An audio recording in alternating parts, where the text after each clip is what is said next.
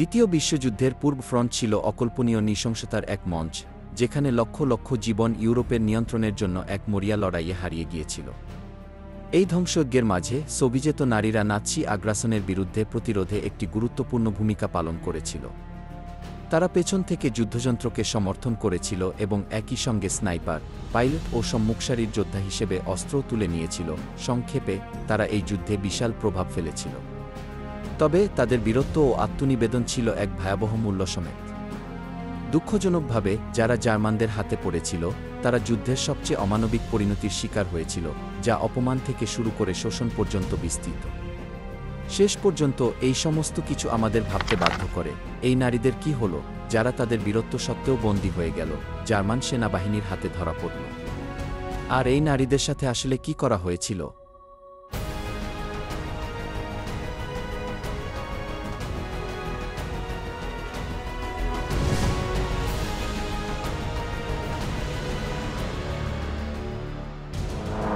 ভুলে যাওয়া সৈনিক, সোভিয়েত সেনাবাহিনীতে নারীরা। যখন নাৎসি জার্মানি 1941 সালের জুন মাসে সোভিয়েত ইউনিয়নে আক্রমণ চালায়, তখন লাল সেনাবাহিনী নিজেকে এমন এক নির্মম শত্রুর মুখোমুখি খুঁজে পায়, যে কেবল তার সম্পূর্ণ রাজনৈতিক ব্যবস্থাকে ধ্বংস করতেই চায়নি, বরং আরও নিষ্ঠুরভাবে তার জনসংখ্যাকেও নিশ্চিহ্ন করতে চেয়েছিল। এর প্রতিক্রিয়ায় সোভিয়েত ইউনিয়ন তার সকল নাগরিককে মাতৃভূমি রক্ষার আহ্বান জানায়, যার মধ্যে নারীরাও ছিল, যারা ব্যাপক হারে সাড়া দিয়ে সোভিয়েত সামরিক যন্ত্রের একটি গুরুত্বপূর্ণ অংশে পরিণত হয়। সোভিয়েত সশস্ত্র বাহিনীতে নারীদের অংশগ্রহণ আধুনিক ইতিহাসে নজিরবিহীন ছিল। যুদ্ধকালীন সময়ে লাল সেনাবাহিনীতে 8 লক্ষেরও বেশি নারী তালিকাভুক্ত হয়েছিল। এই নারীরা ঐতিহ্যগতভাবে এবং তখনকার সময়ে সাধারণত পুরুষদের জন্য সংরক্ষিত ভূমিকা গ্রহণ করেছিল, প্রচলিত ধ্যানধারণা ও কুসংস্কারকে চ্যালেঞ্জ জানিয়ে। নারী সৈন্যরা প্রাণঘাতী স্নাইপার, সাহসী চিকিৎসক, রেডিও অপারেটর, পাইলট এবং পদাতিক যোদ্ধা হিসেবে দক্ষতা প্রদর্শন করেছিল। তাদের অবদান বিশেষত নারী স্নাইপার ইউনিট ও বিমান বাহিনীর স্কোয়াড্রনে উল্লেখযোগ্য ছিল, যেখানে তারা এমন নির্ভুলতা ও সাহস দেখিয়েছিল, যা পুরুষ সৈন্যদের সমান ছিল এবং এমনকি বলা হয়, কখনো কখনো তাদেরও ছাড়িয়ে গিয়েছিল। এই বীর নারীদের মধ্যে কয়েকটি নাম বিশেষভাবে উজ্জ্বল হয়ে ওঠে, যেমন লিউডমিলা পাভলিচেনকো, যিনি স্নাইপার হিসেবে 3 শতাধিক শত্রুকে নির্মূল করেছিলেন, এবং মারিনা রাসকোভা, যিনি কি সোভিয়েত অ্যামেলিয়া ইয়ারহার্ট নামে পরিচিত ছিলেন এবং জার্মানদের দেওয়া গি নাইট উইচেস কে উপাধিপ্রাপ্ত নারী রাতের বোমারু বাহিনী গঠন করেছিলেন। এই সাহসী নারীরা তাদের মাতৃভূমির জন্য শেষ পর্যন্ত লড়েছিলেন এবং নিজেদের সক্ষমতা প্রমাণ করার পাশাপাশি এক বিধ্বংসী যুদ্ধ এবং রক্ষণশীল সময়ের মধ্যে লিঙ্গভিত্তিক বাধা ভাঙার জন্যও সংগ্রাম করেছিলেন। তবে তারা যুদ্ধক্ষেত্রে যে ঝুঁকির সম্মুখীন হয়েছিল তা ছিল অপরিসীম। গুলি ও বোমার পাশাপাশি নারী যোদ্ধারা জানত, শত্রুর হাতে পড়া শুধুমাত্র একটি সামরিক পরাজয় নয়, বরং এক ব্যক্তিগত অভিশাপও বয়ে আনবে। বন্দী পুরুষদের হত্যা করা হতো বা কারাগারের শিবিরে পাঠানো হতো, কিন্তু নারীরা এমন সহিংসতার শিকার হতো যা শারীরিক সীমা অতিক্রম করে তাদের মানবতা ধ্বংস করতেই পরিচালিত ছিল। বন্দী হওয়া সোভিয়েত নারীদের প্রতি আচরণ ছিল একদিকে আদর্শগত ঘৃণা, অন্যদিকে চরম নারী বিদ্বেষের সংমিশ্রণ। সর্বজনবিদিত, নাৎসিদের কাছে কমিউনিস্ট আদর্শ ছিল ঘৃণ্য, এবং যারা এটি রক্ষার জন্য লড়াই করেছিল, বিশেষত নারী সৈন্যরা, তাদের বিকৃত দৃষ্টিতে অস্বাভাবিক হিসেবে দেখা হতো। এই অমানবিক দৃষ্টিভঙ্গি তাদের বিরুদ্ধে সংঘটিত নৃশংসতাগুলিকে যৌক্তিক করে তোলে। বহু বছর পরে সংগ্রহ করা সাক্ষ্য থেকে জানা যায়, তারা যে ভয়াবহতার শিকার হয়েছিল, প্রকাশ্য অপমান, মানসিক নির্যাতন এবং পরিকল্পিত যৌন সহিংসতা। বন্দী হওয়ার ঘটনাগুলি সাধারণত কৌশলগত ভুল বা এক অক্লান্ত ঘেরাও থেকে শুরু হতো। জার্মান সেনারা বন্দীদের মধ্যে নারীদের শনাক্ত করার পরপরই তাদের পুরুষদের থেকে আলাদা করে ফেলত এবং অবমূল্যায়নের একটি প্রক্রিয়া শুরু করত, যা তাদের মর্যাদা হরণ করার মধ্য দিয়ে শুরু হতো। সোভিয়েত নারীদের জন্য বন্দিত্ব মানে ছিল শত্রুর বিরুদ্ধে টিকে থাকার লড়াই, পাশাপাশি এমন এক নীরব শত্রুর বিরুদ্ধেও, যা আমাদের নিজেদের মস্তিষ্কের ভেতরেই বাস করে। তারা তাদের পরিচয় ও মানবতা রক্ষার জন্য সংগ্রাম করেছিল। সবকিছু সত্ত্বেও এই নারীরা সবসময় অকল্পনীয় পরিস্থিতিতে অসাধারণ সাহস প্রদর্শন করেছিল। বন্দিত্ব ও অমানবিকীকরণ, নাৎসি আদর্শ বনাম সোভিয়েত নারী যুদ্ধবন্দীরা। নাৎসি আদর্শগত যন্ত্রের ক্ষেত্রে যা গুরুত্বপূর্ণ ছিল তা হল বর্ণগত শ্রেষ্ঠত্বের বিশ্বাস এবং যারা নিকৃষ্ট বলে বিবেচিত তাদের অমানবিকীকরণ। হিটলারের শাসনের দৃষ্টিতে সোভিয়েত সৈন্যদের যোগ্য প্রতিপক্ষ হিসেবে দেখা হতো না, বরং তাদের নিম্নস্তরের মানব বলে গণ্য করা হতো। এই অবজ্ঞা সোভিয়েত নারী যোদ্ধাদের প্রতি আরও চরম রূপ ধারণ করেছিল, যাদের প্রতি সামান্যতম সম্মান বা মানবিকতা দেখানোর অধিকারও অস্বীকার করা হয়েছিল। নাৎসি শাসন সোভিয়েত নারীদের যুদ্ধের অংশগ্রহণের জন্য নারীত্বের সঙ্গে বিশ্বাসঘাতকতা কি করা ব্যক্তি হিসেবে চিত্রিত করত এবং তাদের কি অবক্ষয়িত আদর্শের ধারক হিসেবে দেখত। এই দ্বৈত আদর্শগত ও লিঙ্গভিত্তিক দোষারোপ নাৎসিদের চোখে তাদের প্রতি নির্মম আচরণকে ন্যায়সঙ্গত করে তুলেছিল। পশ্চিমা যুদ্ধবন্দীদের, যেমন ব্রিটিশ বা আমেরিকানদের, তুলনামূলকভাবে ভালো আচরণ করা হতো আন্তর্জাতিক চুক্তির কারণে, কিন্তু বন্দী সোভিয়েত সৈন্যদের জন্য পরিণতি ছিল নিষ্ঠুর। নারীরা বিশেষ আরও নির্মম নির্যাতনের শিকার হতো, যেখানে শারীরিক শোষণের সঙ্গে তাদের সম্পূর্ণ অমানবিকীকরণ জড়িত ছিল। বন্দী হওয়ার মুহূর্ত থেকেই সোভিয়েত নারী বন্দীদের তাদের অধিকার, পরিচয় এবং সম্মানবোধ থেকে বঞ্চিত করা হতো। বন্দিশিবিরগুলোতে তাদের জোরপূর্বক প্রহরীদের সামনে পোশাক খুলতে বাধ্য করা হতো, যারা তাদের অপমানের মাধ্যমে ক্ষমতার বহিঃপ্রকাশ ঘটাত। এক জীবিত প্রত্যক্ষদর্শী, আনিয়া এস, স্মরণ করেন, তারা আমাদের দিকে এমনভাবে তাকাত যেন আমরা গবাদি পশু। আমরা যতই লড়াই করি বা কাঁদি, তারা হাসত, কারণ তাদের কাছে আমরা মানুষই ছিলাম না। সাক্ষ্যসমূহ অন্যান্য জাতীয়তার নারীদের প্রতি অসম আচরণের কথাও তুলে ধরে। যেখানে ফরাসি বা পোলিশ বন্দীরা যদিও জোরপূর্বক শ্রমে নিয়োজিত থাকত, তবু তাদের পরিবার থেকে চিঠি বা এমনকি খাবারের প্যাকেট পাওয়ার সুযোগ ছিল। সেখানে সোভিয়েত নারীদের ইচ্ছাকৃতভাবে সম্পূর্ণ বিচ্ছিন্ন করে রাখা হতো এবং বাইরের পৃথিবীর সঙ্গে যোগাযোগ থেকে বঞ্চিত করা হতো। এই বিচ্ছিন্নতা তাদের ব্যক্তিগত ও জাতীয় পরিচয় মুছে ফেলার একটি প্রচেষ্টা ছিল এবং একই সঙ্গে নাৎসি বর্ণনার মাধ্যমে প্রতিষ্ঠিত করার চেষ্টা যে সোভিয়েতদের বিশ্ব ব্যবস্থায় কোনো স্থান নেই। নিঃসন্দেহে শারীরিক নৃশংসতা বন্দিত্বের অবিচ্ছেদ্য অংশ ছিল। সে সময়ের প্রতিবেদনগুলো বর্ণনা করে কিভাবে সোভিয়েত নারী বন্দীদের পরিকল্পিতভাবে নির্যাতন করা হতো, কখনো তথ্য আদায়ের জন্য, আবার কখনো কেবল প্রহরীদের বিনোদনের জন্য। তাদের ন্যূনতম খাদ্য ও স্বাস্থ্যকর পরিবেশ থেকে বঞ্চিত করা হতো, যার ফলে নানা রোগ ছড়িয়ে পড়ত, যা খুব কমই চিকিৎসা করা হতো। এক বন্দী, নিনা নামে পরিচিত, তার স্মৃতিকথায় লিখেছিলেন, কয়েকদিন এমন ছিল যখন আমাদের ছত্রাকযুক্ত রুটির টুকরো দেওয়া হতো। আমরা সেগুলো খেতাম শুধুমাত্র মৃত্যুর হাত থেকে বাঁচার জন্য, কিন্তু প্রতিটি গ্রাস আমাদের মনে করিয়ে দিত যে তাদের কাছে আমরা কেবল ছায়ার মতোই ছিলাম। নির্যাতন ছিল এই নারীদের বিরুদ্ধে ব্যবহৃত এক যুদ্ধাস্ত্র। পরবর্তী গবেষকদের দ্বারা সংগৃহীত সাক্ষ্য এই অপরাধগুলোর ব্যাপকতা উন্মোচন করে, যেখানে ব্যক্তিগত ভোগান্তির পাশাপাশি মানসিক ধ্বংসের পরিকল্পিত কৌশলও প্রকাশ পায়। নাৎসিদের কাছে এই ধরনের সহিংসতা শুধু নারীদের দমিয়ে রাখার জন্যই ব্যবহৃত হতো না, বরং শত্রুর কাছে আধিপত্য প্রদর্শনের বার্তা পাঠানোর মাধ্যম হিসেবেও কাজ করত। এই নিষ্ঠুরতার মাঝেও কিছু নারী ছোট কিন্তু তাৎপর্যপূর্ণ উপায়ে তাদের সম্মান ধরে রাখার চেষ্টা করেছিল। একটি রুটির টুকরো ভাগ করে নেওয়া, মৃদুস্বরে সোভিয়েত গান গাওয়া বা নিপীড়কদের চোখে চোখ রাখা, এসব ছোট ছোট প্রতিরোধের কাজ, যদিও সামান্য, কিন্তু এক অবিনাশী চেতনার বহিঃপ্রকাশ ছিল। নাৎসি শাসন একটি এমন ব্যবস্থা তৈরি করেছিল যা সোভিয়েত বন্দীদের শারীরিক ও মানসিকভাবে ধ্বংস করার জন্য নকশা করা হয়েছিল। তবে তামারা ইভানোভার মতো জীবিত প্রত্যক্ষদর্শীদের বর্ণনা, যারা বহু বছর পরে লিখেছিলেন, তারা আমাদের পরিচয় মুছে ফেলতে চেয়েছিল, কিন্তু তারা আমার মাতৃভূমি ও আমার মানুষের প্রতি ভালোবাসা কেড়ে নিতে পারেনি, প্রমাণ করে যে সবচেয়ে অমানবিক পরিস্থিতিতেও অনেকে আশার এক ক্ষীণ স্ফুলিঙ্গ ধরে রাখতে সক্ষম হয়েছিল। এই ইতিহাসের মর্মান্তিক অধ্যায় নাৎসি শাসনের নিষ্ঠুরতাকে প্রকাশ করে, তবে এটি আমাদের সেই নারীদের অপরিসীম শক্তির কথাও শেখায়, যারা অকল্পনীয় পরিস্থিতির সম্মুখীন হয়েও গভীরভাবে প্রতিরোধ করেছিল। তবে এটি ছিল না একমাত্র ভয়াবহতা যা জার্মান সেনাবাহিনীর হাতে পড়া সোভিয়েত নারীদের সহ্য করতে হয়েছিল। অভ্যন্তরীণ বিভীষিকা, তৃতীয় রাইখে লিঙ্গভিত্তিক সহিংসতা ও যৌন নির্যাতন। যৌন সহিংসতা ব্যবহৃত হয়েছিল যুদ্ধাস্ত্র হিসেবে, যার মাধ্যমে সোভিয়েত নারী বন্দীদের দমন, অপমান এবং অমানবিকীকরণ করা হতো। যদিও এই প্রথাটি নথিভুক্তভাবে স্বীকৃত ছিল না, এটি জার্মান বাহিনীর অভ্যন্তরে পরোক্ষভাবে উৎসাহিত করা হয়েছিল। বন্দী সোভিয়েত নারীরা এমন এক নিদারুণ নিষ্ঠুরতার সম্মুখীন হয়েছিল, যেখানে তাদের দেহ আদর্শগত আধিপত্য ও ক্ষমতার প্রদর্শনের জন্য যুদ্ধক্ষেত্রে পরিণত হয়েছিল। বিশ্বাস করা হয় যে দ্বিতীয় বিশ্বযুদ্ধের সময় সংঘটিত যৌন সহিংসতা শুধুমাত্র নিয়ন্ত্রণহীন সৈন্যদের পৃথক অপরাধ ছিল না, এটি আরও গভীরে প্রতীত ছিল। এটি ছিল এক কৌশলগত উপায়, যার মাধ্যমে শত্রুর মনোবল ভেঙে দেওয়া এবং যারা সোভিয়েত ইউনিয়নের জন্য লড়াই করেছিল, তাদের চেতনা ধ্বংস করা হতো। ইতিহাসবিদ অ্যান্টনি বিবর নথিভুক্ত করেছেন কিভাবে নাৎসি বাহিনী সোভিয়েত নারীদের দ্বৈত প্রতিশোধের লক্ষ্যবস্তু হিসেবে দেখত। একদিকে তারা কমিউনিস্ট, অন্যদিকে তারা প্রচলিত লিঙ্গভিত্তিক ভূমিকার বিরুদ্ধে চ্যালেঞ্জ জানিয়ে যুদ্ধক্ষেত্রে অংশগ্রহণ করেছিল। বন্দী হওয়ার মুহূর্ত থেকেই বহু সোভিয়েত নারী যৌন নির্যাতনের শিকার হয়েছিল।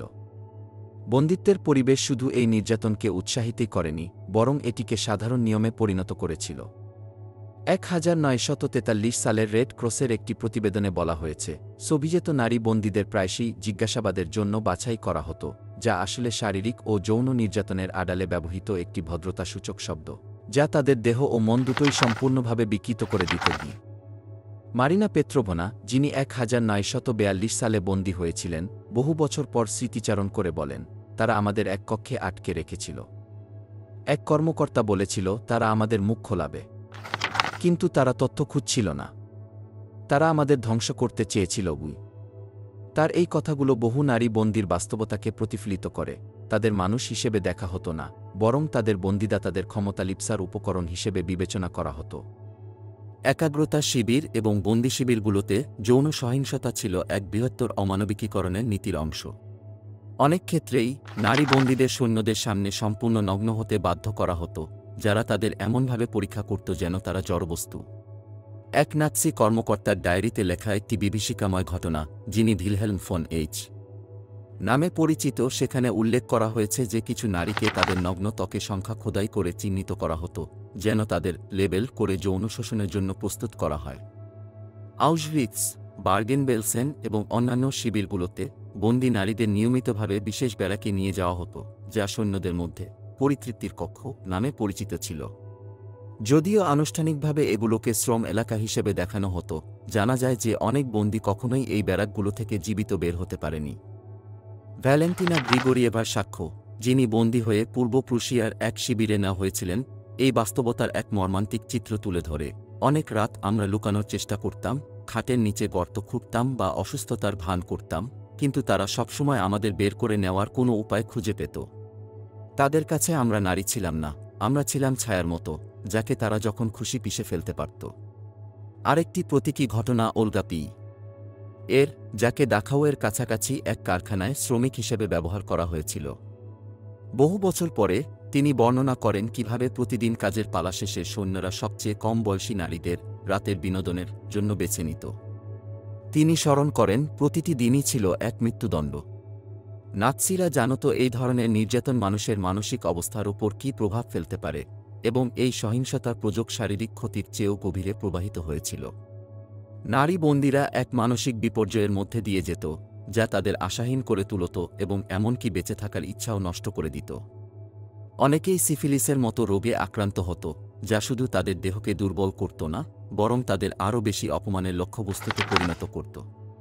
এক সোভিয়েত চিকিৎসক, যিনি 1945 সালে জীবিত প্রত্যক্ষদর্শীদের সাক্ষাৎকার নিয়েছিলেন, তিনি বন্দী নারীদের ফেরত আসার অবস্থা বর্ণনা করে লিখেছিলেন, তাদের চুল ঝরে গিয়েছিল, তাদের দেহে অপূর্ণ চোট ছিল এবং তীব্র অপুষ্টির লক্ষণ স্পষ্ট ছিল।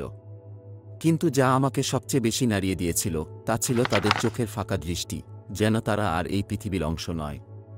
নাৎসিদের দ্বারা আরোপিত বিচ্ছিন্নতা এই কষ্টকে আরও তীব্র করে তুলেছিল।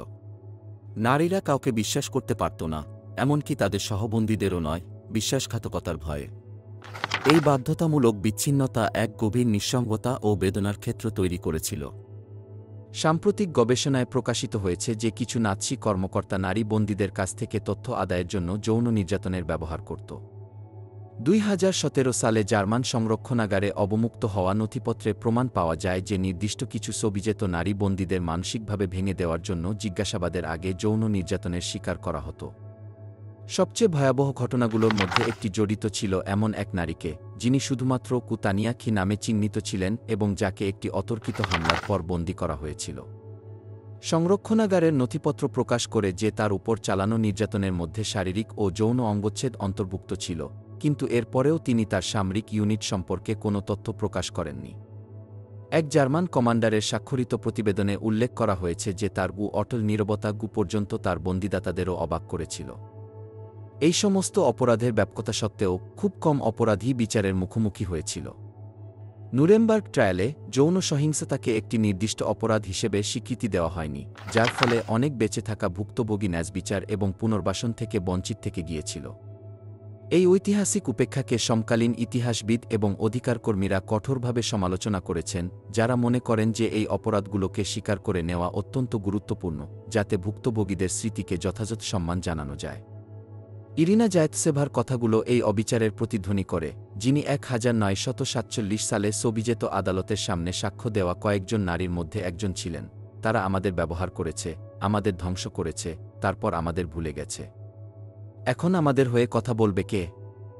যদিও অনেক সৈন্য নীরবে কষ্ট সহ্য করেছে, অন্যরা টিকে থাকার এবং তাদের জীবন পুনর্গঠনের উপায় খুঁজে নিয়েছিল। তাদের সাক্ষ্য আমাদের দেখিয়ে দেয় যে কিভাবে মানবজাতি বর্বরতার মুখেও প্রতিরোধের ক্ষমতা রাখে। এটি বিস্ময়কর যে এই যৌন সহিংসতা এই নারীদের মূল সত্তাকে ধ্বংস করতে পারেনি, বরং তাদের স্মৃতি সম্পূর্ণ অমানবিকীকরণের বিরুদ্ধে প্রতিরোধের প্রতীকে পরিণত হয়েছে। রাইখে বাধ্যতামূলক শ্রম, দাসত্ব।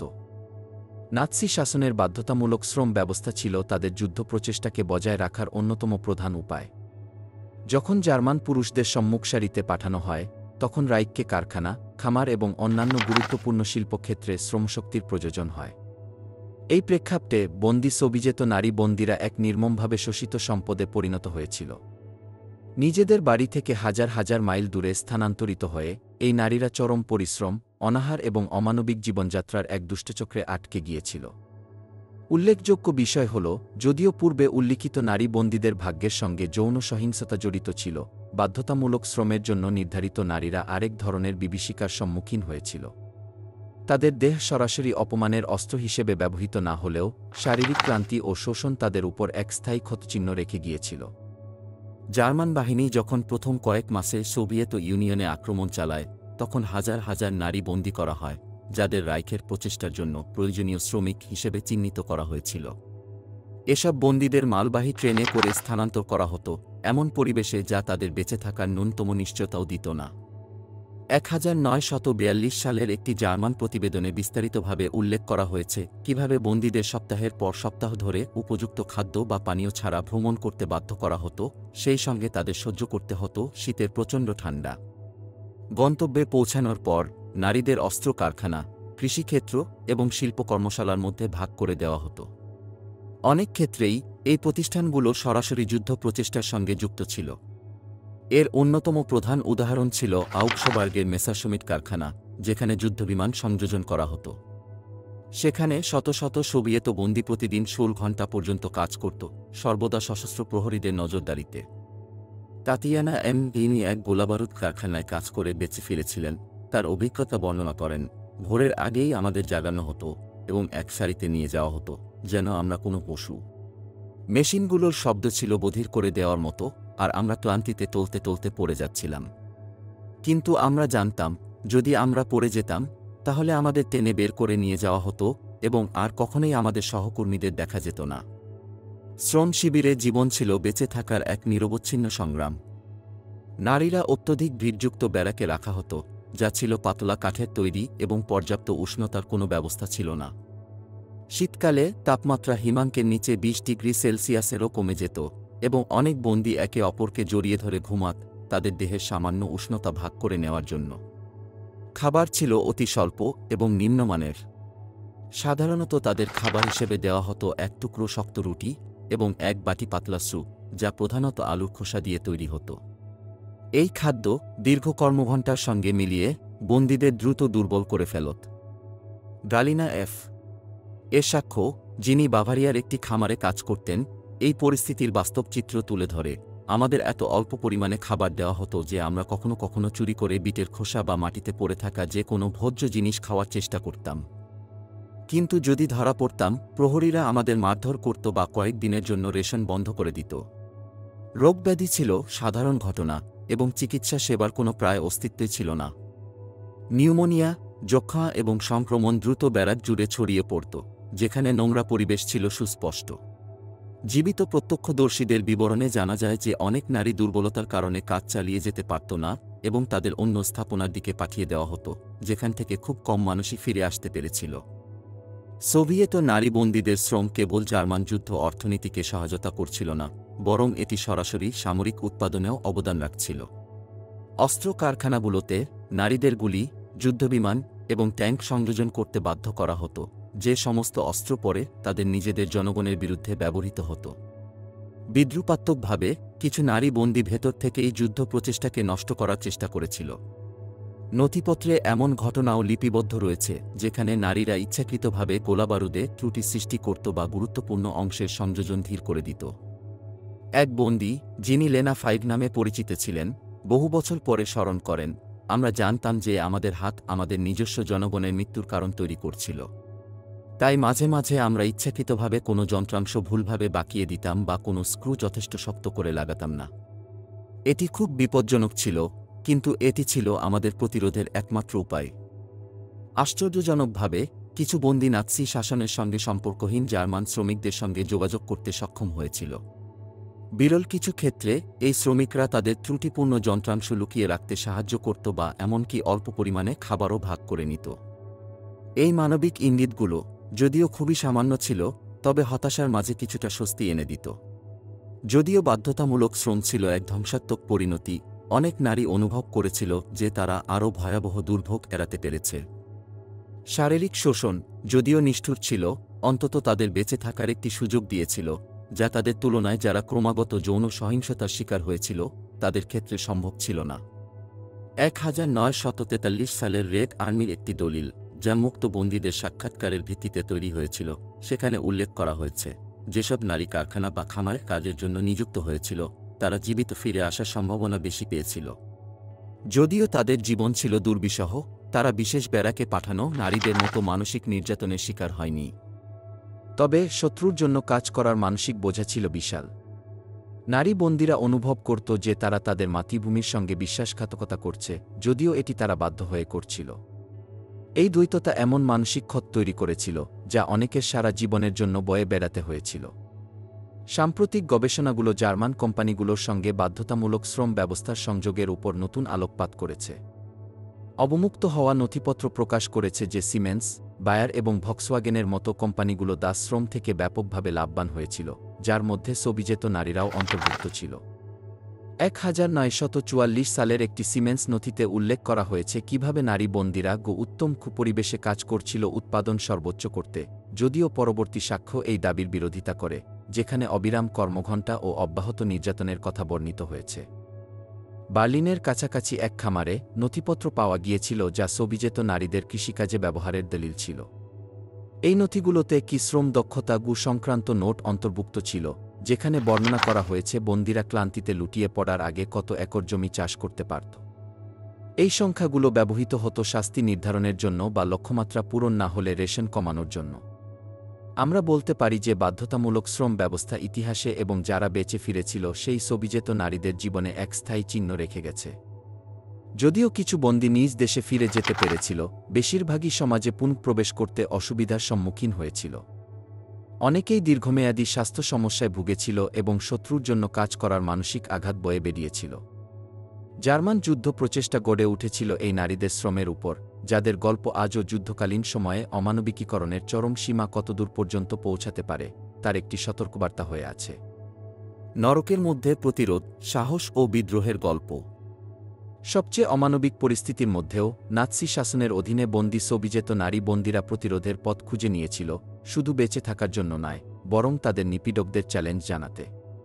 ক্রমাগত বিপদের সম্মুখীন হয়েও এই নারীরা অসাধারণ সাহস দেখিয়েছিল, গোপন নেটওয়ার্ক তৈরি করেছিল, পালানোর পরিকল্পনা করেছিল এবং নাৎসি প্রচেষ্টাকে নষ্ট করার জন্য কাজ করেছিল। তাদের সক্রিয় ও নীরব উভয় ধরনের প্রতিরোধ মানবতার দ্বিধার এক অনন্য উদাহরণ, যেখানে সম্পূর্ণ দমনমূলক পরিবেশের মধ্যেও তারা প্রতিরোধ চালিয়ে গিয়েছিল। সক্রিয় প্রতিরোধের অন্যতম সাধারণ রূপ ছিল শ্রম শিবির ও কারখানার ভেতর স্যাবোটেজ, ধ্বংসাত্মক কর্মকাণ্ড। জীবন ঝুঁকিতে থাকা সত্ত্বেও অনেক বন্দী ইচ্ছাকৃতভাবে যন্ত্রপাতি নষ্ট করত, প্রস্তুত পণ্য পরিবর্তন করত অথবা উৎপাদনের গতি মন্থর করত।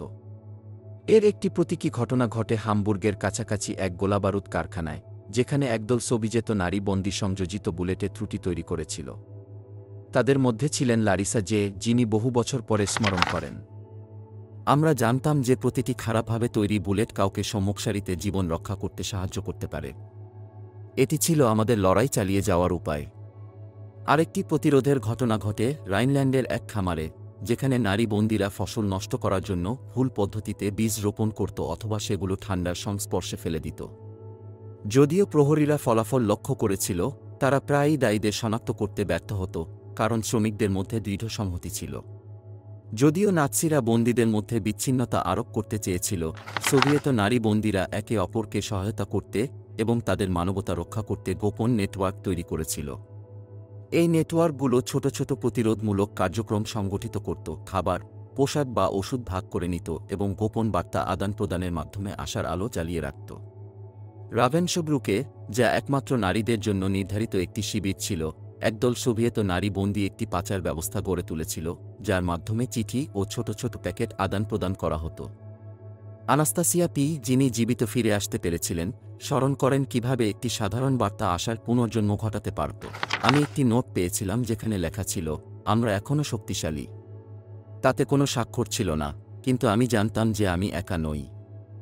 এই বার্তাগুলো ছিল যে কোনো অস্ত্রের চেয়েও শক্তিশালী। কিছু শিবিরে গোপন নেটওয়ার্কগুলোর মধ্যে অন্যান্য জাতীয়তার শ্রমিকদেরও অন্তর্ভুক্ত করা হয়েছিল।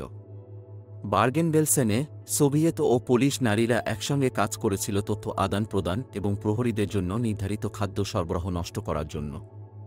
এই ধরনের সহযোগিতা, যদিও বিরল ছিল, তা প্রমাণ করেছিল যে সংহতি নাৎসি শাসন দ্বারা আরোপিত বিভাজন অতিক্রম করতে পারে। তবে নাৎসি শিবির থেকে পালানো অত্যন্ত কঠিন হলেও কিছু বন্দী সাহসী পরিকল্পনা তৈরি করে সেগুলো কার্যকর করতে সক্ষম হয়েছিল।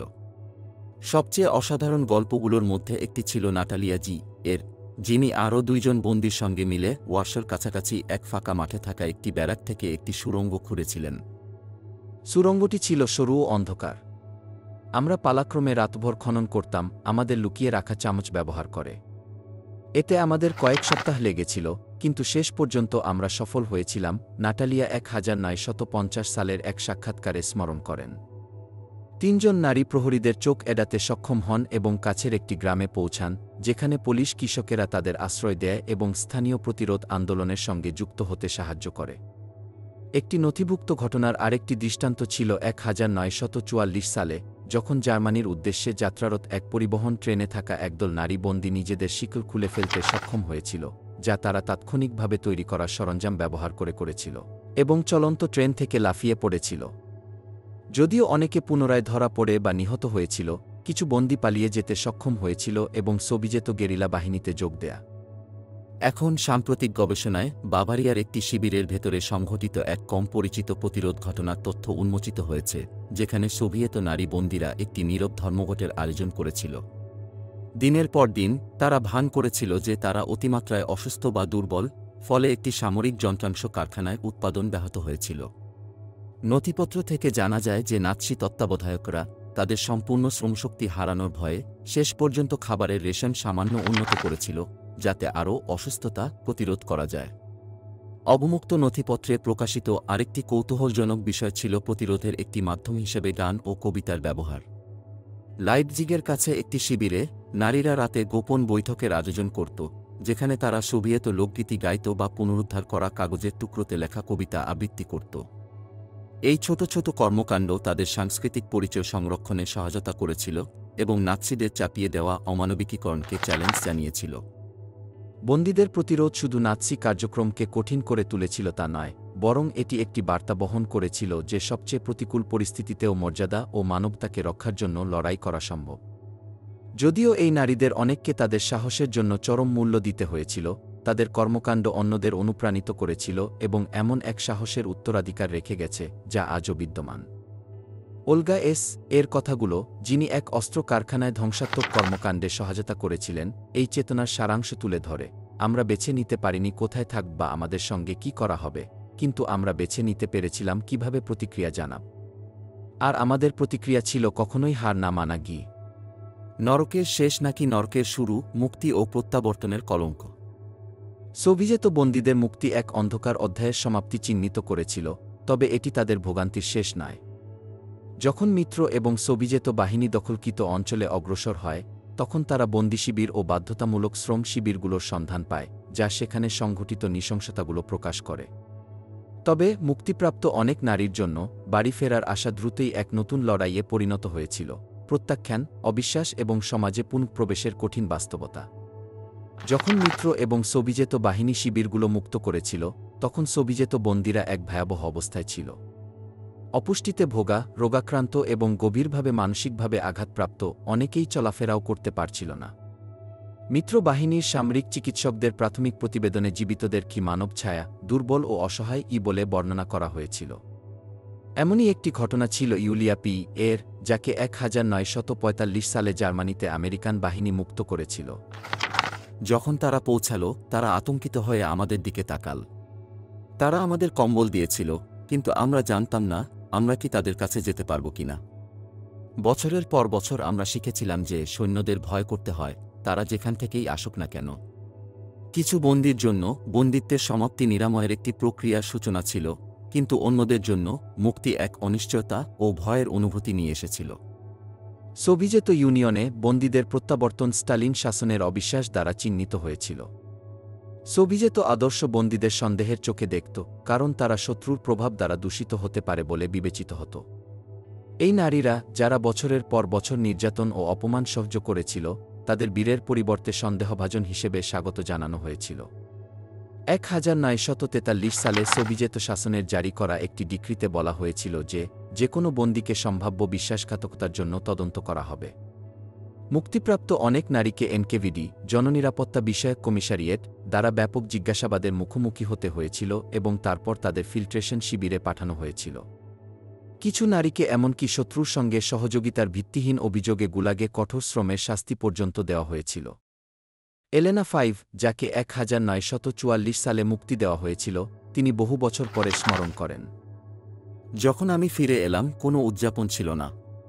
আলিঙ্গনের পরিবর্তে আমাকে প্রশ্ন করা হয়েছিল। আমাকে এমনভাবে আচরণ করা হয়েছিল যেন আমি আমার দেশকে বিশ্বাসঘাতকতা করেছি। এটি ছিল এক নতুন বন্দিত্বে পতনের মতো। যেসব নারী গুলাগ থেকে রেহাই পেয়েছিল, তারা নিজেদের জীবন পুনর্গঠনে বিশাল চ্যালেঞ্জের সম্মুখীন হয়েছিল। অনেকেই এমন সম্প্রদায় ফিরে গিয়েছিল যারা তাদের ঘৃণা করত বা বেঁচে থাকার জন্য তাদের দোষারোপ করত। এক যুদ্ধবিধ্বস্ত সমাজে, যেখানে বেঁচে থাকার জন্য লড়াই করাই ছিল প্রধান লক্ষ্য, সেখানে কেউ নাৎসি শিবির থেকে বেঁচে ফিরেছে, এই ধারণা সন্দেহের জন্ম দিত। এই সন্দেহ আরও প্রকট হয়েছিল সরকারি প্রচারণার কারণে, যা বন্দীদের সম্ভাব্য বিশ্বাসঘাতক হিসেবে চিত্রিত করেছিল। এই কলঙ্ক শুধু নারীদের উপরই প্রভাব ফেলেনি, বরং তাদের পরিবারগুলোর উপরও পড়েছিল। কিছু আত্মীয় রাজনৈতিক পরিণতির ভয়ে তাদের গ্রহণ করতে অস্বীকার করেছিল। অনেক নারী নিজেদের নাম পরিবর্তন করেছিল বা নতুন জীবন শুরু করতে অন্য অঞ্চলে চলে গিয়েছিল, দূরে সরে গিয়েছিল তাদের পরিচিতদের কাছ থেকে। মারিনা আর, যিনি 1945 সালে লেনিনগ্রাদে ফিরে এসেছিলেন, বর্ণনা করেছিলেন কিভাবে তার পরিবার তাকে প্রত্যাখ্যান করেছিল। আমার মা আমাকে বলেছিলেন, তুমি আমাদের জন্য লজ্জার কারণ। আমরা জানি না তুমি বেঁচে থাকার জন্য কি করেছিলে। আমি কখনো ভাবিনি যে আমার নিজের বাড়িও এমন একটি জায়গা হবে যেখানে আমাকে আমার মর্যাদার জন্য লড়াই করতে হবে। যদিও বেশিরভাগ গল্পই ব্যথায় চিহ্নিত, কিছু ক্ষেত্রে নারী বন্দীরা এমন সম্প্রদায় খুঁজে পেয়েছিল যারা তাদের সাহায্য করতে ইচ্ছুক ছিল। কিছু গ্রামীণ এলাকায় বেঁচে ফেরা নারীরা কৃষি সমবায়ে যোগ দিয়েছিল, যেখানে তারা অতীত সম্পর্কে এত প্রশ্নের সম্মুখীন না হয়েই কাজ করতে পারত। এছাড়াও কিছু প্রবীণ যোদ্ধাদের সংগঠন ছিল যারা মুক্ত বন্দীদের মানসিক ও বস্তুগত সহায়তা দেওয়ার চেষ্টা করেছিল, যদিও এই উদ্যোগগুলো সীমিত ছিল এবং প্রায়ই রাষ্ট্রের নিয়ন্ত্রণাধীন ছিল। একটি উল্লেখযোগ্য গল্প ছিল নাটালিয়া কে এর, যিনি বন্দিত্বের সময় সম্পর্কে গোপন রেখে একটি গ্রামীণ স্কুলে শিক্ষক হিসেবে পুনঃপ্রবেশ করতে সক্ষম হয়েছিলেন। কয়েক দশক ধরে তিনি কখনোই তার অভিজ্ঞতার কথা উল্লেখ করেননি, যতক্ষণ না তিনি 1980-তে অবশেষে তার ছাত্রদের সঙ্গে তার গল্প ভাগ করে নেন। আমি তাদের বলেছিলাম কারণ আমি চাইনি তারা যা ঘটেছিল তা ভুলে যাক। তবে আমি এটাও চেয়েছিলাম যে তারা জানুক, বেঁচে থাকা বিশ্বাসঘাতকতা নয়, বরং এক বিজয়। সাম্প্রতিক বছরগুলোতে অবমুক্ত নথিপত্র প্রকাশ করেছে যে কিছু মুক্ত বন্দী তাদের অতীত লুকানোর জন্য সৃজনশীল উপায় খুঁজে পেয়েছিল। জানা গেছে কয়েকজন প্রাক্তন গেরিলাদের সহায়তায় নকল নথিপত্র তৈরি করেছিল, অন্যরা এমন গল্প তৈরি করেছিল যে তারা বন্দী হওয়ার আগেই শত্রুর হাত থেকে পালিয়ে এসেছিল। একটি বিশেষভাবে কৌতূহলোদ্দীপক আবিষ্কার ছিল মিনুস্কের কাছে একটি পরিত্যক্ত ব্যারাকে পাওয়া একটি ডায়েরি, যা একজন বন্দীর ছিল যিনি শুধুমাত্র টি নামে পরিচিত ছিলেন। তার লেখা পৃষ্ঠাগুলোতে তিনি বর্ণনা করেছিলেন কিভাবে তিনি সোভিয়েত কর্তৃপক্ষকে বোঝানোর পরিকল্পনা করেছিলেন যে বন্দী হওয়ার পর তিনি একজন গুপ্তচর হিসেবে কাজ করেছিলেন, একটি মিথ্যা যা সম্ভবত তার জীবন বাঁচিয়েছিল। মুক্তিপ্রাপ্ত সোভিয়েত বন্দীরা তাদের অভিজ্ঞতার বোঝা সারা জীবনের জন্য বহন করেছে। অনেকেই নীরবে জীবন কাটিয়েছে তাদের গল্প বলার সামাজিক ও রাজনৈতিক পরিণতির ভয়ে। শুধুমাত্র কয়েক দশক পরে সোভিয়েত ইউনিয়নের পতনের পর কিছু বেঁচে থাকা ব্যক্তি তাদের সাক্ষ্য প্রকাশ্যে ভাগ করতে শুরু করেছিল। বাড়ি ফিরে আসা তাদের জন্য বিজয়ের মুহূর্ত হওয়া উচিত ছিল, কিন্তু এই নারীদের জন্য এটি নতুন এক সংগ্রামের সূচনা চিহ্নিত করেছিল, একটি সমাজে নিজেদের জীবন ও মর্যাদা পুনরুদ্ধার করা যা তাদের ত্যাগ ভুলে যেতে চেয়েছিল। যেমন ইরিনা পি, এক জীবিত প্রত্যক্ষদর্শী, বলেছিলেন, আমরা শিবিরে নাৎসিদের বিরুদ্ধে লড়াই করেছি, কিন্তু যখন ফিরে এলাম তখন আমাদের নিজেদের মানুষদের বিরুদ্ধেও লড়তে হয়েছে প্রমাণ করার জন্য যে আমরা নির্দোষকে। এই ঘটনা, যা অসংখ্য সোভিয়েত নারীর সঙ্গে ঘটেছিল, আমাদের ভাবতে বাধ্য করে যে হয়তো এই নারীরা এক নরক থেকে আরেক নরকে প্রবেশ করেছিল, তাদের আপনজন ও বন্ধুদের দ্বারা অপমানের সেই নরকে। রাজনৈতিক দৃষ্টিকোণ থেকেও তাদের বিশ্বাসঘাতক হিসেবে বিবেচনা করা হয়েছিল, কারণ তাত্ত্বিকভাবে তারা শত্রুর সঙ্গে কাজ করেছিল, যদিও আমরা জানি যে তারা তা করতে বাধ্য হয়েছিল। অব্যাখ্যাত অবিচার, যুদ্ধোত্তর বিচার প্রক্রিয়ায় নারী বন্দীদের বিরুদ্ধে সংঘটিত অপরাধ। দ্বিতীয় বিশ্বযুদ্ধ নিঃসন্দেহে এক ভয়াবহতা ও দুর্ভোগের উত্তরাধিকার রেখে গেছে, যা বোঝা এবং মেনে নেওয়া কঠিন। নাৎসি শাসনের দ্বারা সংঘটিত নৃশংসতাগুলোর বিচারের জন্য নুরেমবার্গ ট্রায়াল ছিল এক নজিরবিহীন প্রচেষ্টা। তবে যুদ্ধাপরাধ নথিভুক্ত ও বিচারের আওতায় আনার প্রচেষ্টা সত্ত্বেও সোভিয়েত নারী বন্দীদের বিরুদ্ধে সংঘটিত নির্দিষ্ট অপরাধ, বিশেষত যৌন সহিংসতা ও অমানবিক শোষণ, মূলত দৃষ্টির আড়ালেই রয়ে গিয়েছিল। নুরেমবার্গ ট্রায়াল, যা 1945 থেকে 1946 সালের মধ্যে অনুষ্ঠিত হয়েছিল, প্রধানত যুদ্ধাপরাধ, মানবতার বিরুদ্ধে অপরাধ এবং গণহত্যার উপর কেন্দ্রিত ছিল।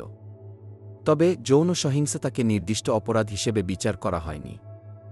যেসব সোভিয়েত নারী বন্দী এই নির্যাতনের শিকার হয়েছিল, তাদের সাক্ষ্য দেওয়ার জন্য ডাকা হয়নি এবং তাদের অভিজ্ঞতাকে নাৎসি অপরাধের বৃহত্তর বিবরণের ছায়ায় অদৃশ্য করে রাখা হয়েছিল।